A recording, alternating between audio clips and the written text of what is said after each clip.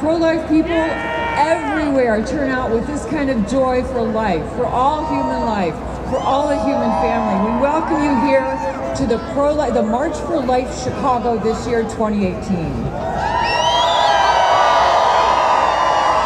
Briefly, I'm Sheila Logminas of Relevant Radio.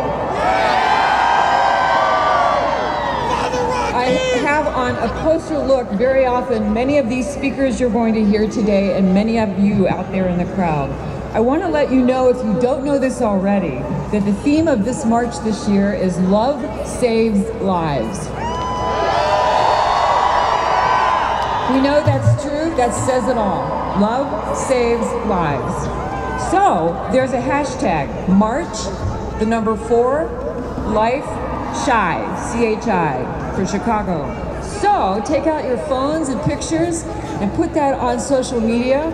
Hashtag March for Life Chi. Tell the world, love saves lives. Please keep doing that, keep posting and spread the word and spread the news and spread the beauty and the love. So did you know that there is a growing movement across the states, among others, who have a clear vision on how to eradicate abortion from our nation? You can join the Cook County chapter of this movement. It's present here today to help end the 22,000 abortions that take place annually in Chicagoland by visiting their Facebook page today at Vision 2020 Cook County. Where are you? Vision 2020 Cook County. You're on Facebook, and that's where you want people to come. I want to find out who's here from Indiana.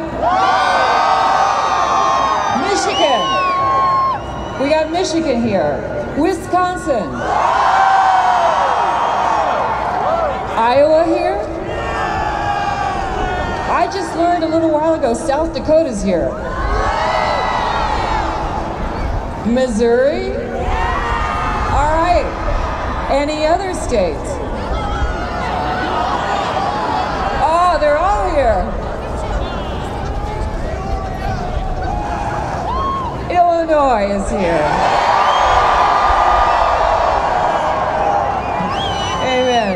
There are black donation buckets going around with the March for Life logo.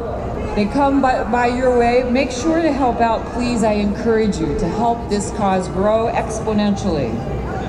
Now that we're quiet for a moment, let's take this opportunity in the moment of quiet to have a silent prayer or whatever you want to do with your moment of silence for the lives lost through abortion.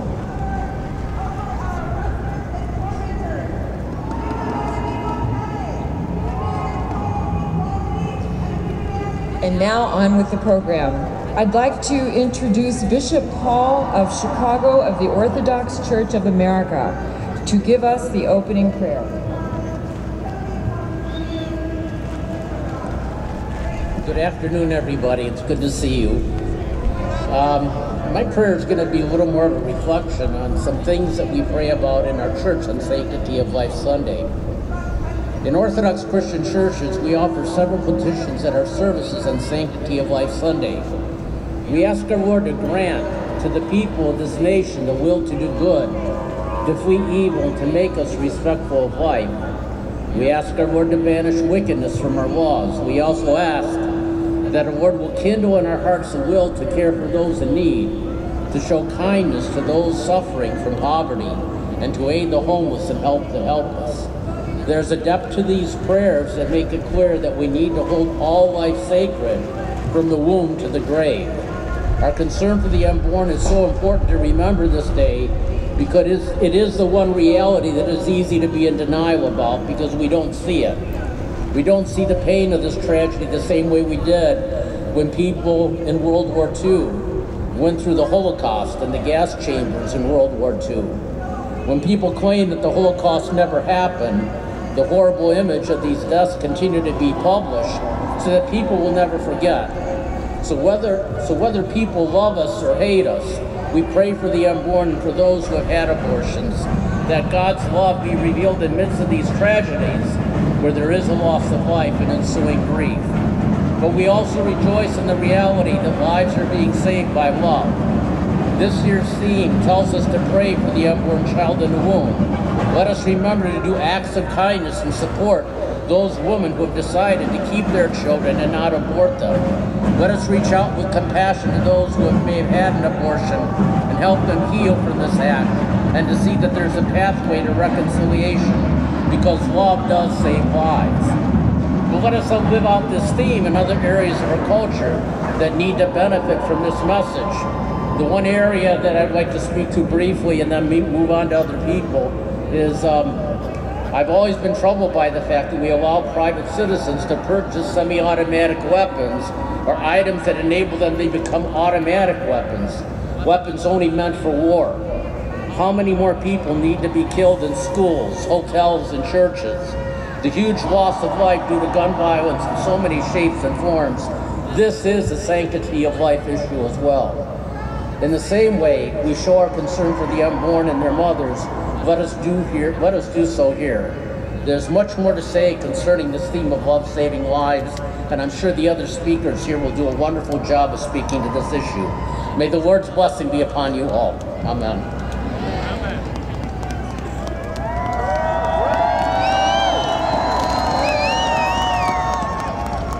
And now, the man who probably does not need an introduction. Pat McCaskey, co-owner of the Chicago Bears, a very staunchly pro-life man.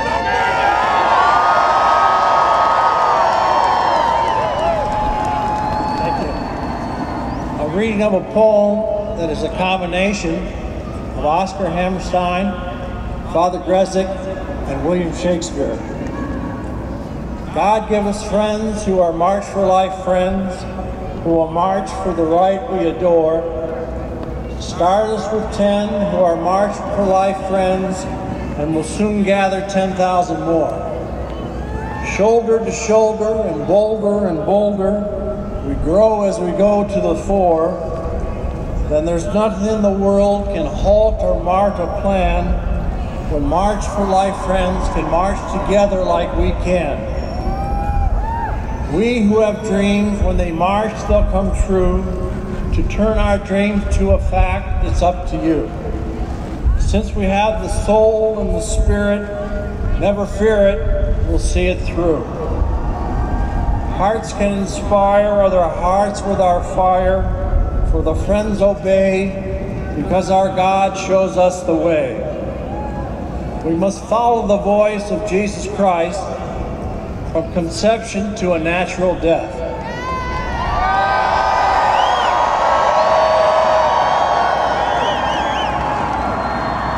I see you friends ready to march, straining for the march.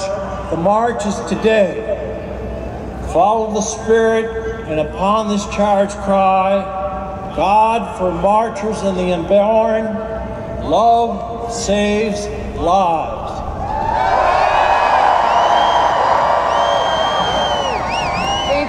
Love saves lives. We love you all.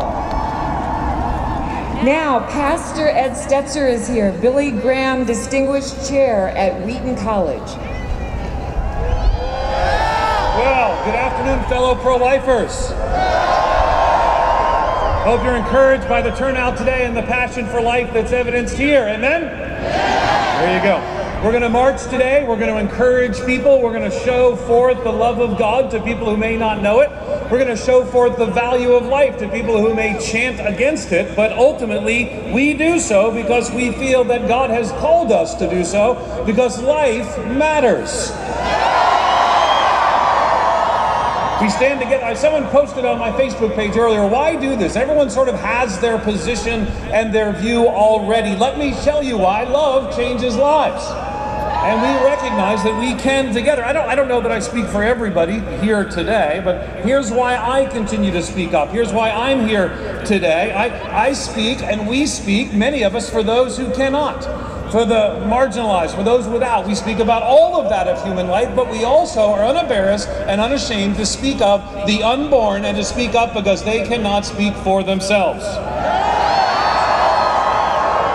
We care for all of life, from conception to natural death. We recognize that The unborn are of value. We recognize that women are of value and men are of value. We recognize that those who have chosen life and made choices that we would affirm are of value. We recognize that people who have chosen otherwise are of value and are loved by God. So for all of us, we speak up for all of life. We're pro-life, and people often talk about broadening the pro-life agenda. And I'm actually okay with some of that language, but never if it involves discarding the unborn in the name of broadening the agenda.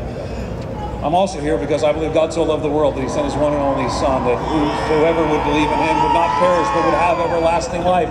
I'm here because Jesus died on the cross for my sin and your sin and in my place, and because he has called us and sent us on a mission to show and share his love in the midst of a broken and hurting world. I'm here because I believe the tide is turning. I believe that we're coming to a time when we look around, look at the generations that are represented here. Look at young people who come from all over to stand up for life. I believe the tide is turning. They speak much about being on the right and the wrong side of history. I believe 100 years from now, people will look back if the Lord hasn't returned and they will say, well, of course, life in the womb mattered and matters. And so we have the moment here. I don't know what people will believe or where things will go in the next decade. I'm not a prophet. I'm not the son of a prophet. I actually work at a non-profit organization. But I do believe that we are called to show forth the love of Christ. We're co-belligerents. We come from different traditions, sometimes different beliefs, but we're called to show forth, to help people to choose life, because love changes lives. Let's show the love of Christ today. Let's show the love that we have. Let's stand up for life, and let's make a difference today here in Chicago. God bless you.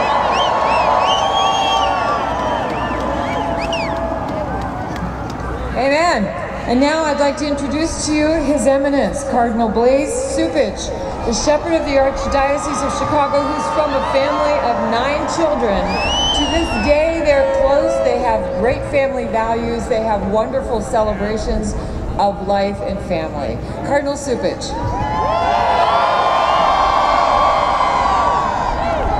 Hello, everyone. How are you?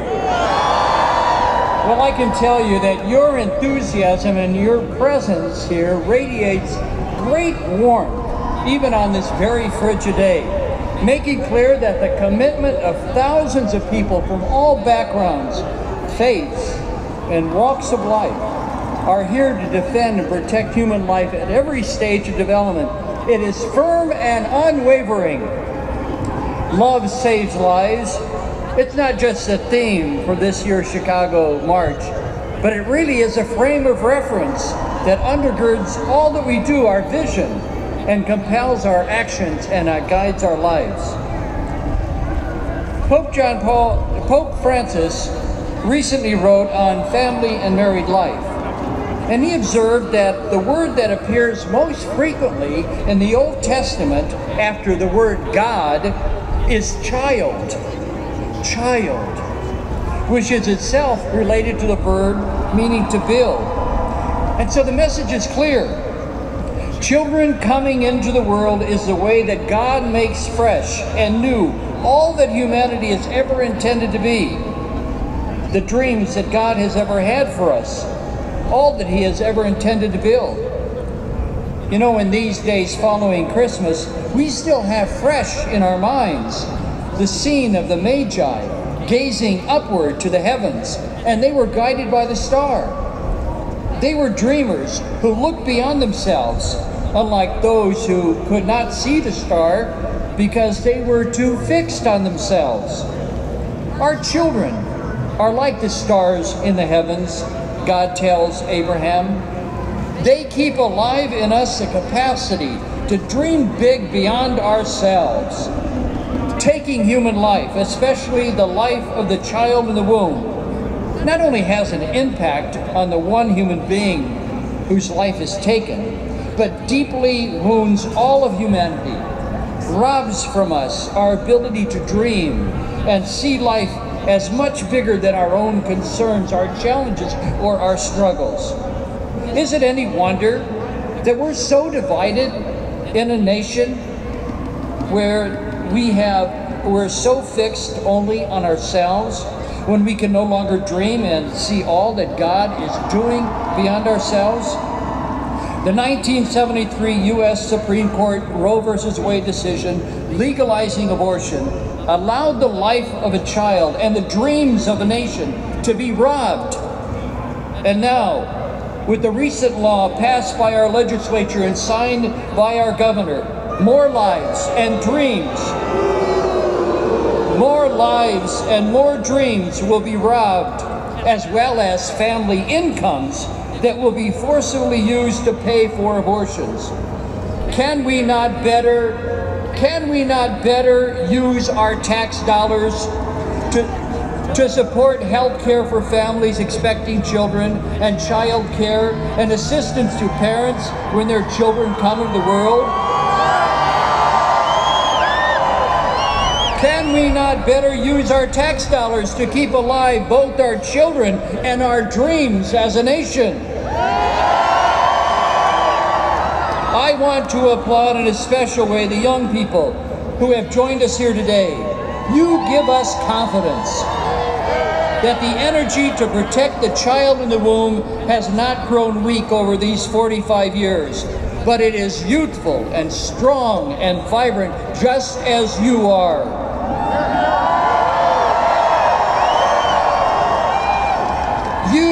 You are the new Magi in our midst, in our time.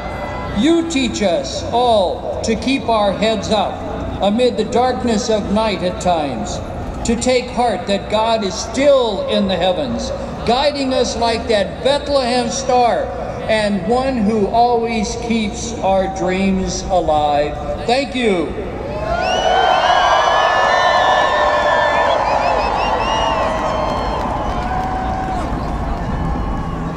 Thank you so much, Cardinal Cupich. We have now Bishop Hying of the Diocese of Gary,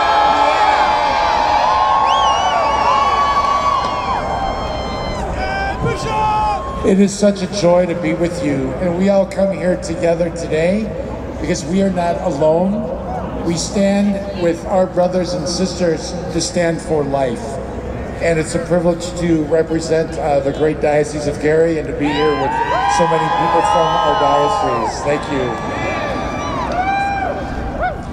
For many years, I have prayed outside of abortion centers, trying to be a presence of love, faith, and support to the women and men who find themselves in a desperate situation of crisis pregnancy and think abortion is the only way out. Today, we stand in this cold weather as witnesses to the sacred gift of life, as sentinels of the dawn on high, to stand for the right to be born. I was drawn to the pro-life movement as a young priest as a result of counseling so many people whose lives had been severely wounded by abortion. Through 45 years of legal abortion in the United States, how many millions of human lives have been silently erased? How many mothers and fathers bear the wounds of a hasty decision to end the life they had co-created? How many impassioned words have been written and spoken to articulate the fundamental moral darkness of destroying fragile, beautiful human beings at the very dawn of their existence? And yet the killing goes on. Critics of the Church's stance on abortion will often say that we care more about life in the womb than those already born. That we passionately want to save a child from abortion, yet turn our backs on the mother who ends up choosing life. Yet the Catholic Church offers so much compassionate service through health care, education, and needed assistance to the poor, the homeless, the imprisoned, the elderly, the immigrant, and the unwed mother. Care and love for the human person must embrace all facets of our social fabric and include everyone in order to be authentic. But it must begin with life in the womb. If it does not, then the rest of our struggle to build a world of justice, peace, and mercy will forever be deficient. Several years ago, I was praying outside an abortion center in Milwaukee on a gray, melancholy morning, filled with icy wind and a threat of snow. One by one, young women emerged from the building looking dazed and shocked, each carrying a brown paper bag with medication. Like wounded survivors returning from the front of an invisible and terrible war, they stepped into waiting cars of boyfriends, roommates, or parents, whisked away from the place where their child's life had just ended and their own emotional torment had just begun. I felt a profound sorrow in that moment that I had never experienced before, grieving for the victims of a needless and preventable tragedy. Then suddenly the owner of the abortion clinic emerged, hurrying through the cold and past us to reach the security of her Volvo. As she went by, I heard myself quietly saying more to myself than her, "Stop killing people here." She turned on me with rage and hurled obscenities and insults, but never denied that she was indeed complicit in the taking of human life. If someone had accused me of ending the life of another person, I would indignantly deny, explain, or defend myself against such a charge. But such was not the case. For years, we have thought that with the help of science, everyone could be convinced that a human fetus, even in the earliest stages of development, rapidly exhibits all the characteristics, components, and complexity of a developing human being. That the whole "it's just a blob of tissue" canard was false. We hoped that if we could just show the beauty, form, and wonder of unborn life, everyone would naturally see that this amazing being is human and abortion would cease. But of course, this has not happened. What I came to realize on that cold and sad February morning was that the real challenge is not convincing people that life in the womb is human, but rather helping everyone to see that every life has an inherent dignity which calls for respect, welcome, tenderness, and love. The Church's fundamental stance in so many moral issues flows from the truth that we are created in the image and likeness of God, but even an atheist can acknowledge the moral absolute, "Thou shalt not kill," because such respect for the life of the other is inscribed in our hearts and consciences. How will we ever see the homeless, the immigrant, the elderly, those with disabilities, the poor as blessings and not burdens, if we cannot welcome precious innocent life in the fragility of the womb? Perhaps the greatest challenge is to help everyone to recognize the gift and beauty of our own humanity. The culture of death seeks to diminish, dehumanize, and destroy us. Jesus Christ has come to save, love, and forgive us. When we let in that redeeming light of the Lord, the shadows of death vanish, and our hearts long for a love that only God can give. Building a civilization of life and love is the fundamental task of the disciple of the Lord. We can only embrace such a daunting and luminous enterprise if we know our own worth, dignity, and beauty in the eyes of the one who kisses us from the cross and laid down his life so that we could be his forever. We stand today as witnesses to life. God bless all of you for being that witness that the world needs today. God bless all of you. Thank you.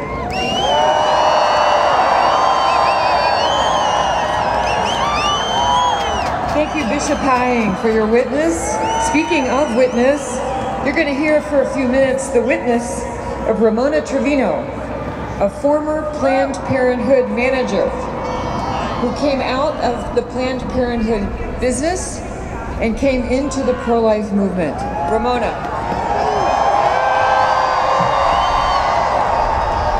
Hello, Chicago! As mentioned, I'm Ramona Trevino, and I'm a former Planned Parenthood manager. And I feel beyond blessed to be marching in solidarity with all of you today in defense of all human life. Saint Maximilian Kolbe, the great saint of Auschwitz, said, "The deadliest poison of our times is indifference." And that statement could not resonate more than it does today after 40 years of legalized abortion in this country.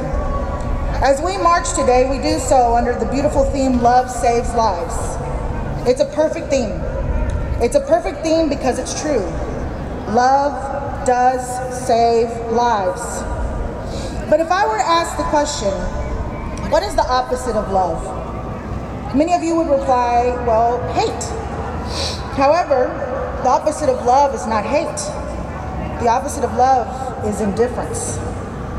It is this same indifference that St. Colby is referring to as the deadliest poison. You see, it was this same indifference that allowed me to facilitate abortions while working for the largest abortion provider in our country, Planned Parenthood. It is this same indifference that makes it possible for Planned Parenthood to perform over 300,000 abortions every year. And it is this same indifference, not love, that convinces our lawmakers to fund Planned Parenthood to the tune of $500 million in federal funding every year. There can be no room in one's heart for love when they're okay with the killing of innocent human beings in the womb. There's only room for indifference. And I know a thing or two about that. You see, though I personally didn't agree with abortion, and I personally wouldn't have had an abortion, while working for Planned Parenthood, I was perfectly okay with referring for abortions. I was perfectly okay with a woman's right to choose death for her baby because I didn't care. Her abortion didn't affect my life. Her abortion was her choice, not mine. She would be the one to live with the consequences of that abortion, not me. That was her problem. Her business, her choice, her so-called right. And that's the mentality I had while working there for 3 years while being the director of this clinic. I lived only for myself and for my family, with a mind and heart filled with indifference for both the unborn and their mothers and fathers. If I had loved my neighbor as myself, as Jesus commands us to do, I would have, 1, never ever worked for Planned Parenthood, and 2, I would have joined this fight for life a very long, long time ago.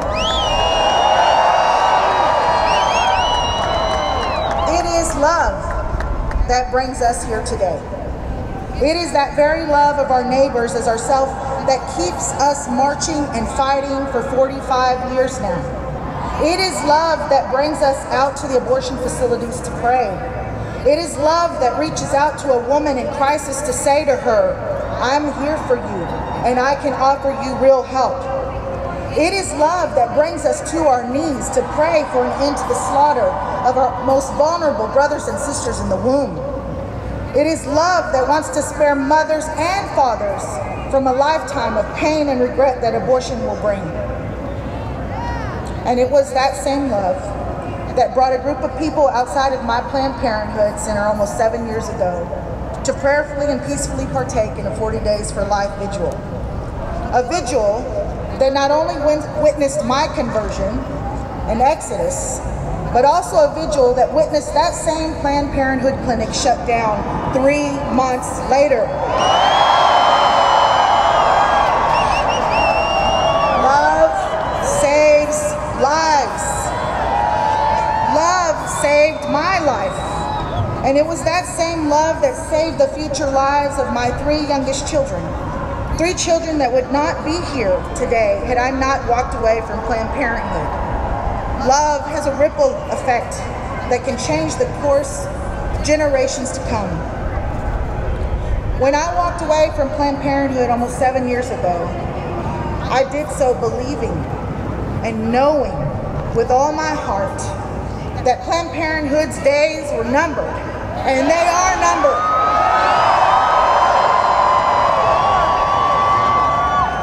And I walked away believing and trusting that Roe v. Wade's days are numbered. You see, we don't just march and then go home to just forget about why we're here. No, we march to let everyone know, everyone, that as pro-lifers, we're not going anywhere. Because after today, we just don't give up on this fight. We will continue day after day after day until Roe v. Wade is overturned and all human life is protected from conception to natural death.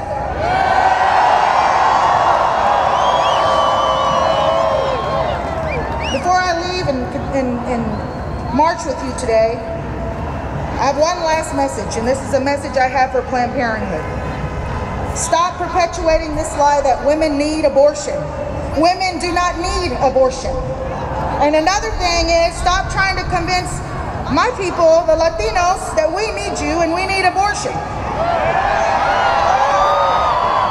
Nosotros los latinos no necesitamos el aborto y tampoco no necesitamos a Planned Parenthood. Thank you, Chicago, and God bless you.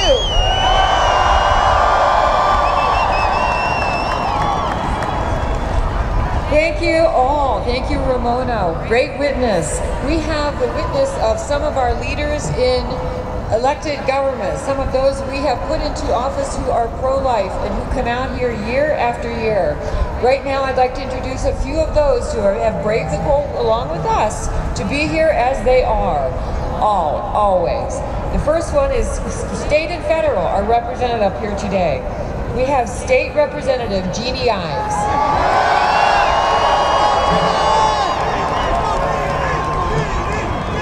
To all of you, I want you to listen clearly.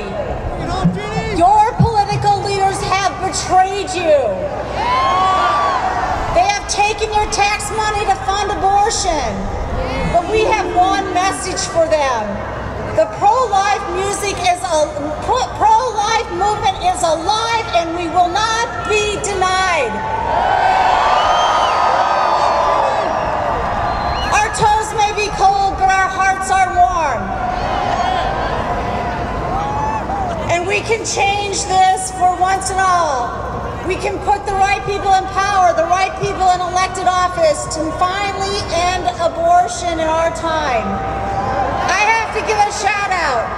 I have to give a shout out to my niece Annalise, who brought 17 people with her from South Dakota. And I have to give a shout out to my niece Ines, who is here from Spain. The youth will do what our generation has failed to do. The youth will stand up for life, and we will all be better off. God bless you. Illinois Representative Jeannie Ives. Now we have federal level members of Congress. Federal level Congressman Peter Roskam for the 6th Congressional District of Illinois is here, and he is pro-life.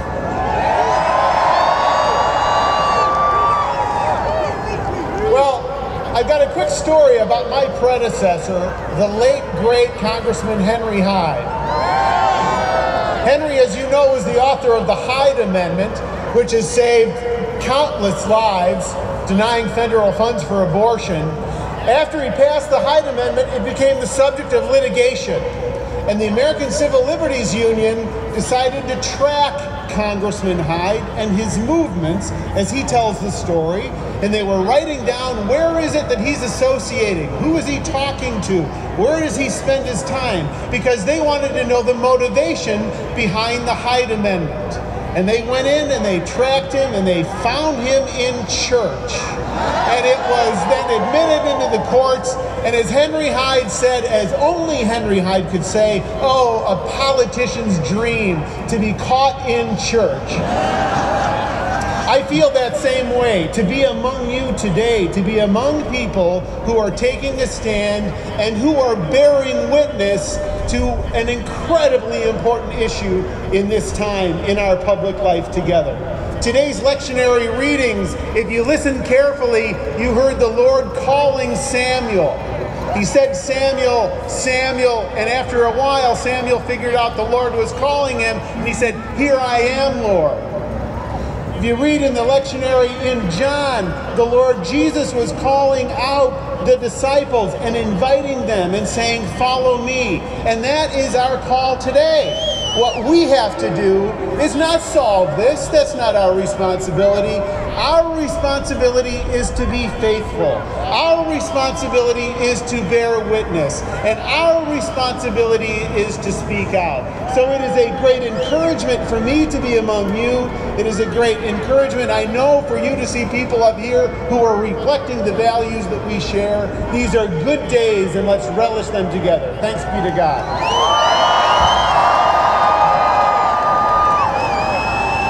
Congressman Peter Roskam. Now we have Congressman Dan Lipinski, 3rd Congressional District of Illinois.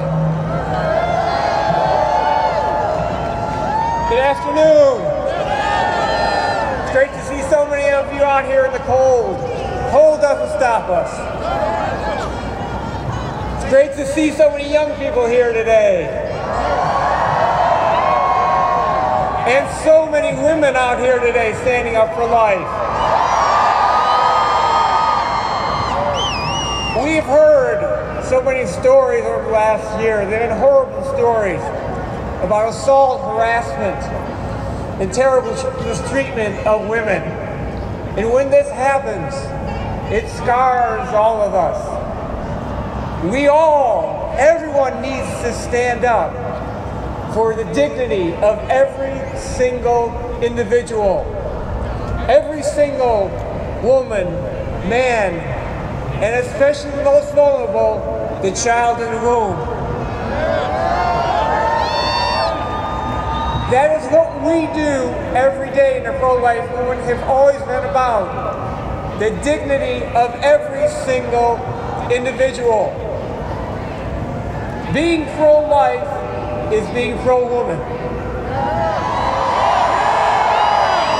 And if you have any doubt about that, go to one of the crisis pregnancy centers.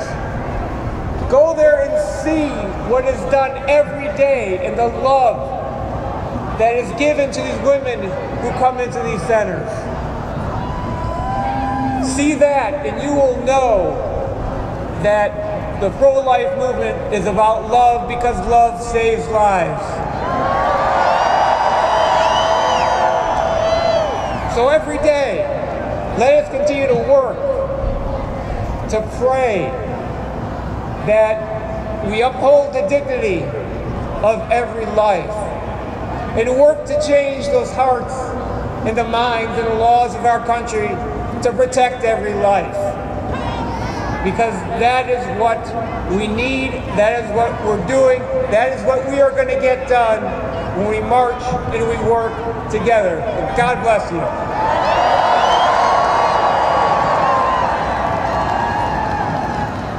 Let's support everyone who supports life. We're all in this together. We're so grateful for everyone who came out today. And I want to, when Congressman Lipinski and others referred to these pregnancy help centers that outnumber abortion clinics across our country, I want you to meet Kayla. She was helped by Aid for Women here in Chicago. She wants to tell you briefly what a difference that makes.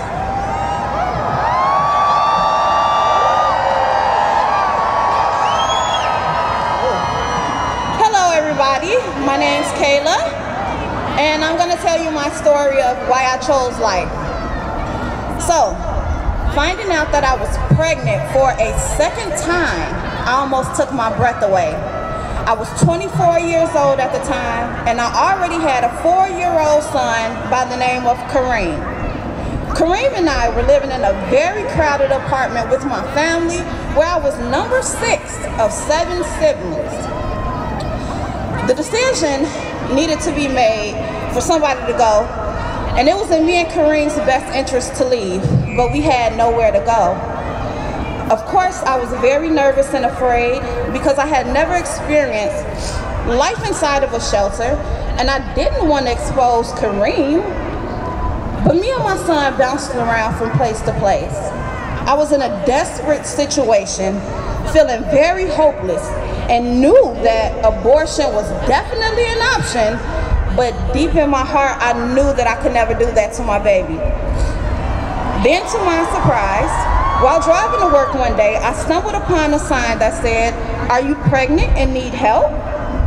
I called the helpline number and was scheduled for an appointment at Aid for Women's downtown Chicago Loop Center. Whoop whoop! I'm sorry. The staff, they took time to listen to my situation and my fears. I was provided with the support I needed to continue my pregnancy. Thankfully, my son and I were offered a place to stay at Aid for Women's residential program, Heather's House, because I had no idea in which direction I was headed, so I went. Aid for Women took away my fear of not having a safe place during my pregnancy. Aid for Women became like my family, doing everything in their power to enhance the quality of life for me and my children. After the birth of my daughter Olivia, we continued as residents of the program. My son, he was able to receive a quality education at the Pope Francis Global Academy. Thank you. I was able to graduate from a one-year workforce development program where I became certified in information technology and earned college credits.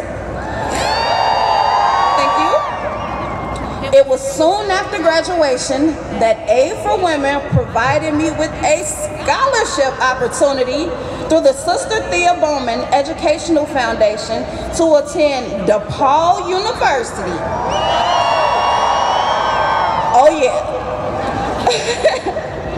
Now, at this point, I became filled with gladness and I happily accepted. I'm deeply grateful to Aid for Women for providing me with the help I needed during my pregnancy and for helping me create a stable foundation for my family. I now have a career in information technology with a great salary. I'm a full-time student at DePaul University, and my son is attending St. Catherine of Siena School. Thank you. Also, a big thank you to all of you in the pro-life community and for all that you do to help pregnant women, men, and families in need. May God bless you and your continued work. Thank you.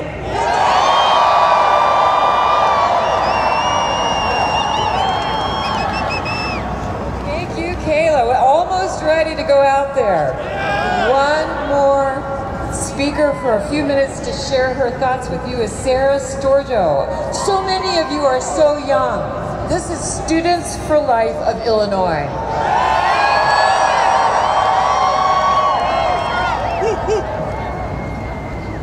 Hi everybody, thank you so much for having me today and thank you so much for being out here today.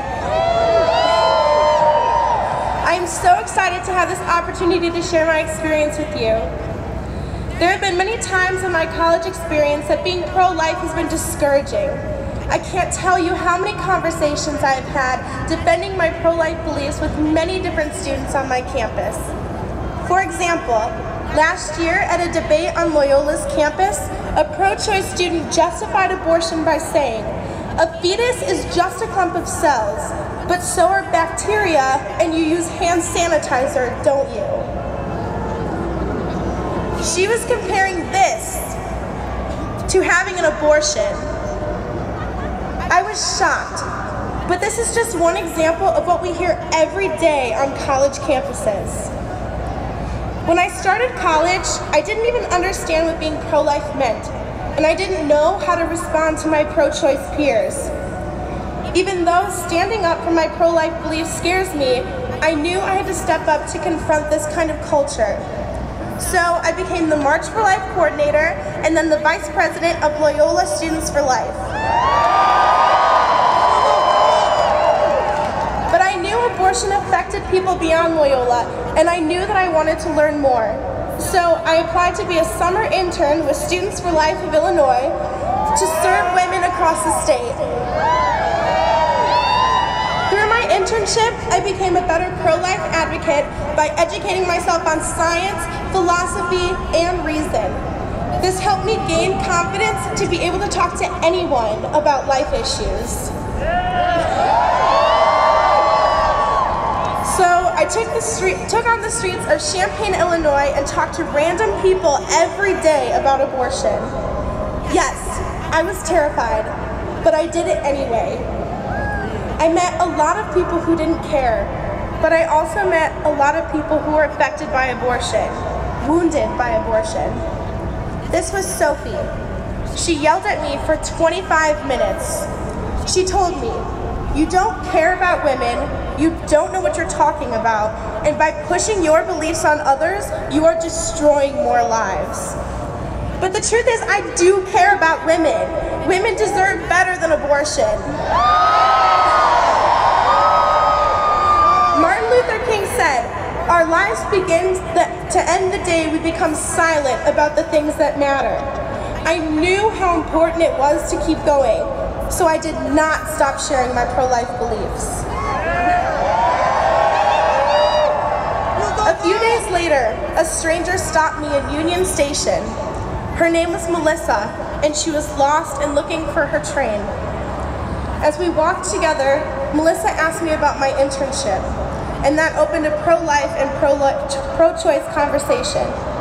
Melissa was pro-choice, and I was able to answer her questions and share the truth about the pro-life movement. That's when she told me Melissa was pregnant. When her father found out about her pregnancy, he kicked her out. She was in Union Station to start a new life. I was able to show her the loving, protective side of the pro-life movement, a side she had never seen before. Because I shared my pro-life beliefs, Melissa knew she had the support to choose life for her child, and she did choose life. Love saved Melissa and her child from abortion.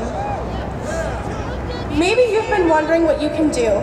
Maybe you've thought that the issue of abortion is too large for you to make a difference. But I'm here to tell you that you can be that person that women like Melissa need.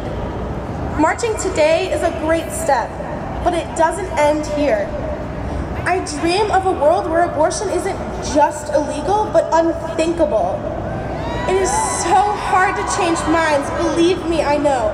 But together, we can create this culture one conversation at a time with respect and love. Today is just one step in our pro-life journeys. March with me today and work with me every day to build a culture where all life is treated with love. Let's march together to show our city, our community, and our world that love truly does save lives. Let's march!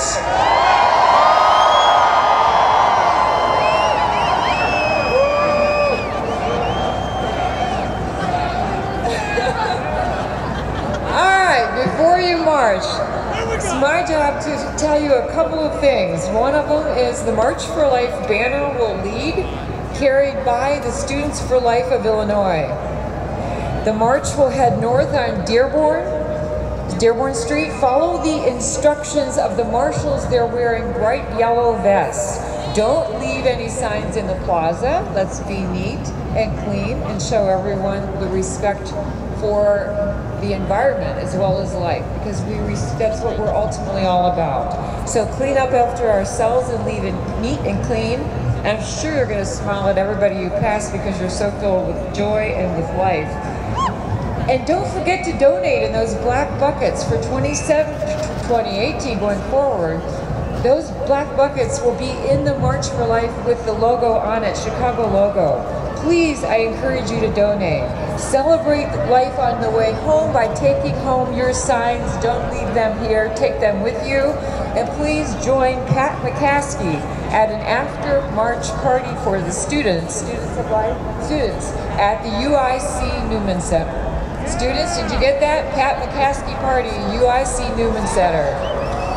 So don't get ahead of the banner. The march has begun. Go out there and show the city of Chicago and the world love changes lives.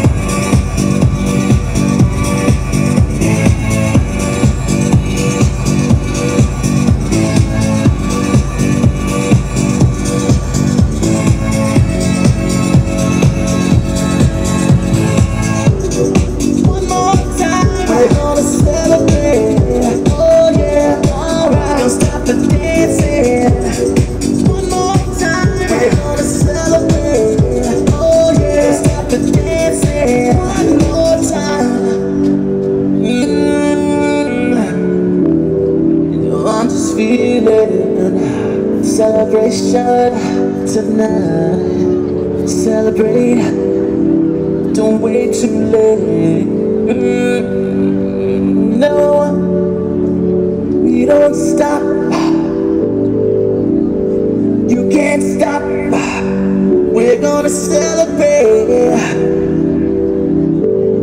one more time. One more time. One more time. A celebration. You know we're gonna do it right tonight. Hey, just feel it. Music's got me feeling the need. Yeah. Come on. Alright, we're gonna celebrate one more time. Celebrate and dance so free. Music's got me feeling so free. Celebrate and dance so free. One more time. Music's got me feeling so free. We're gonna celebrate. Celebrate and dance so free. One more time. Music's got me feeling so free. We're gonna celebrate. Celebrate and dance so free. One more time. Music's got me feeling so free. We're gonna celebrate. Celebrate and dance so free. One more time. Music's got me feeling so free. We're gonna celebrate. Celebrate and dance so free. One more time. Music's got me feeling so free. We're gonna celebrate. Celebrate and dance so free. One more time. Music's got me feeling so free. We're gonna celebrate. Celebrate and dance so free. One more time. Music's got me feeling so free. We're gonna celebrate. Celebrate and dance so free. One more time. Music's got me feeling so free. We're gonna celebrate. Celebrate and dance so free. One more time. Music's got me feeling so free. We're gonna celebrate.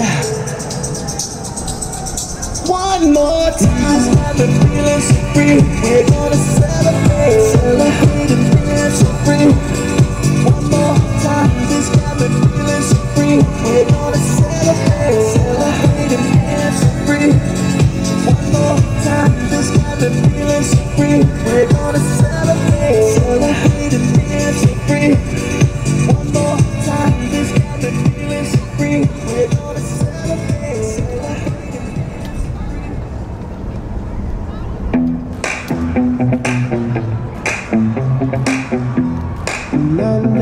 and